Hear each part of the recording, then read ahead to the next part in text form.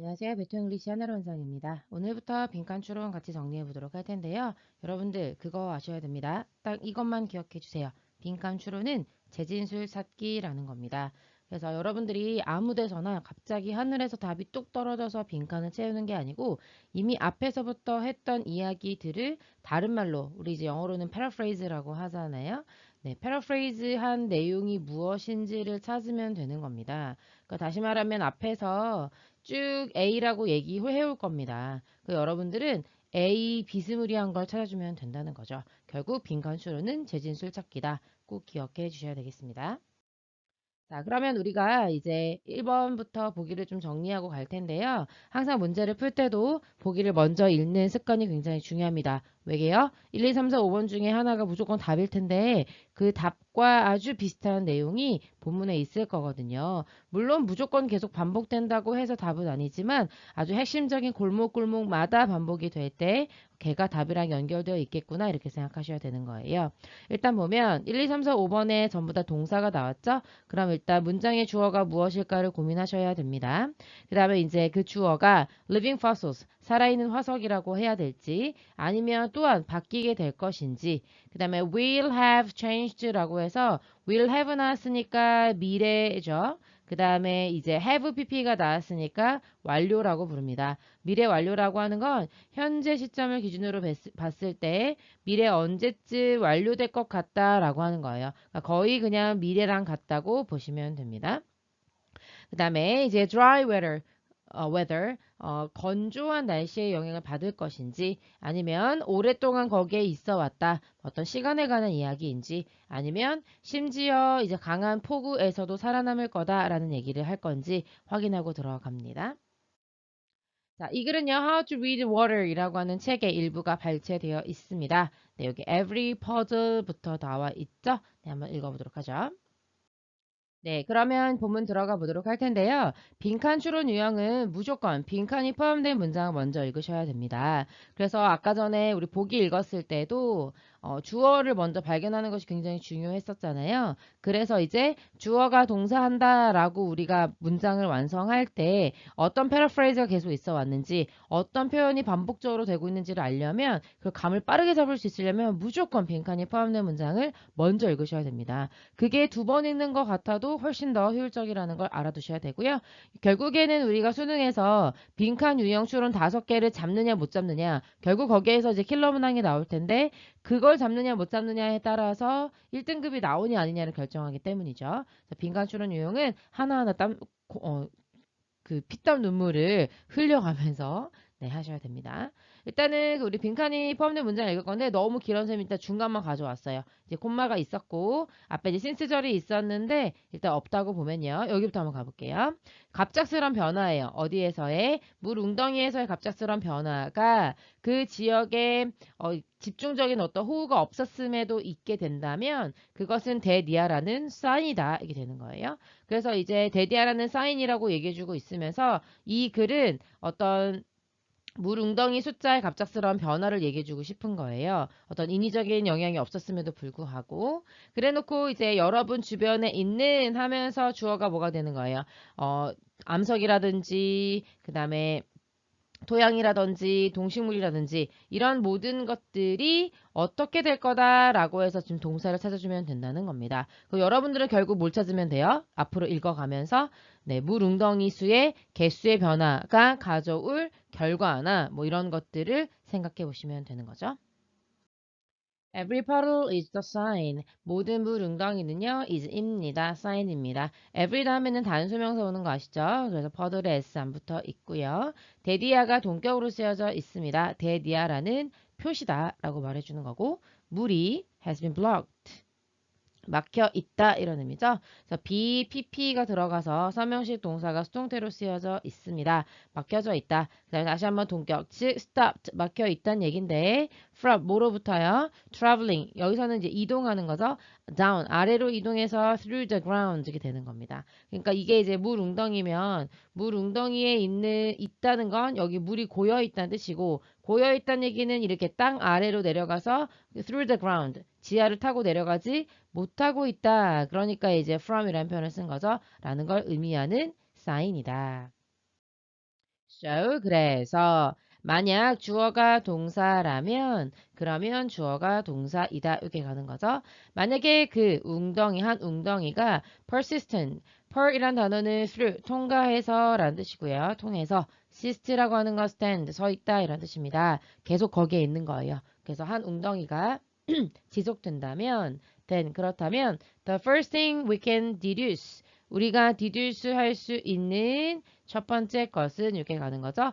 thing도 명사고 we도 명사이기 때문에 네, 두 번째 명사에서 괄호 열고 그다음에 나오는 동사가 삼형식 동사일 거예요. deduce는요. 추론하다 정도로 이해하시면 됩니다. 우리가 유추할 수 있는 첫 번째 것은 무엇이냐면 that 이하다. 그래서 주격 보어절이 나와 있는 거죠.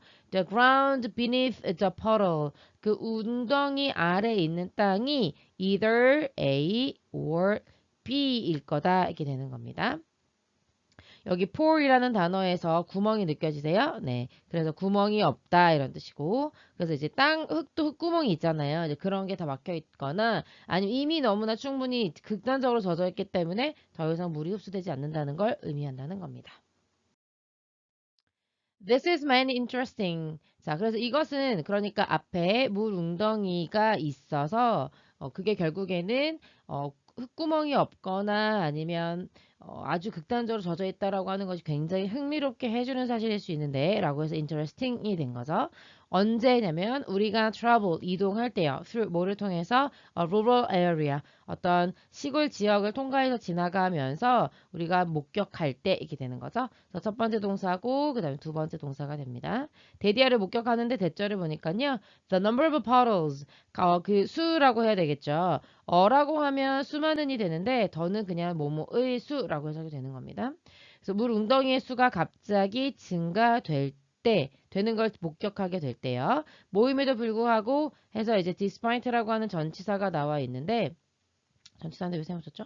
뭐뭐임에도 불구하고잖아요. 그래서 원래는 어떻게 써야 돼요? There is 이렇게 해서 무엇이 있다 이렇게 해줘야 될 거죠. 그런데 despite라는 전치사가 왔기 때문에 이 is라고 하는 비동사가 there이라는 구문으로 남아있죠. 그래서 무엇이 있지 않다. 낫이 있으니까 있지 않음에도 불구하고 라고 해석하는 거죠. Any more rain in that area. 그 시골 지역에 더 이상의 비가 없었음에도 불구하고 많은 수의 아니 그 퍼들의 수가 증가한다는 걸 우리가 목격할 때 굉장히 흥미로운 일이라고 할 수 있다는 거죠.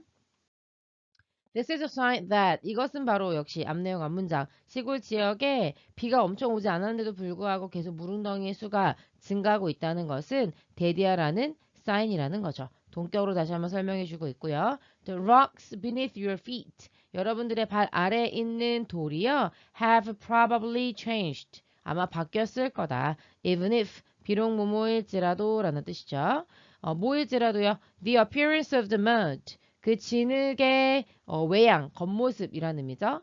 겉으로 보기에 모습이 has not changed. 바뀌지 않았다 하더라도 이게 결국에는 바뀌었다는 얘기다. 그러면 결국에는 뭐예요? 물 웅덩이의 개수의 변화가 결국 뭐랑 equals 동일시 될 수 있다는 거예요. 네, 여러분들 발 아래에 뭐 암석이라고 할까요? 암석이 변화했다는 걸 의미한다는 거죠. 그래서 계속 처음부터 끝까지 무릉덩이가 변했어. 개수가 많아졌어. 그거에 대해서 얘기해 주려고 하는 거죠. 그래서 실제로 이제 뭐 땅이라고 하는 것이 식물을 기준으로 이렇게 있다고 했을 때 쭉 변화가 있잖아요. 이제 베드락부터 해가지고 쭉 있는데 이제 물이 더 이상 흡수돼서 내려가지 않는다는 건 결국 이 아래에 어떤 암석의 변화가 있다는 걸 의미한다는 거죠. 그래서 since the rocks are responsible 이렇게 가는 거죠. 우리 아까 전에 여기서 이제 일단 너무 길어서 여기까지만 읽어봤는데 여기까지 한번 가는데 a sudden change에서 여기까지 간 거잖아요. 일단 좀 더 읽어보면요. Since the rocks are responsible for 뭐에 책임이 있다. 어디에 어디 어떤 결과에 책임을 져야 된다. 이렇게 해석이 되는 거죠. 그래서 이 돌은요. 어디에 책임이 있기 때문에 a lot of characteristics of the soil in an area 한 지역에 그 토양의 특징에 상관이 있기 때문에 그리고 토양은 강력하게 영향을 주기 때문에 이렇게 되는 겁니다. 그래서 여기 주어, 첫 번째 주어, 첫 번째 동사, 그 다음에 두 번째 주어, 두 번째 동사가 돼요.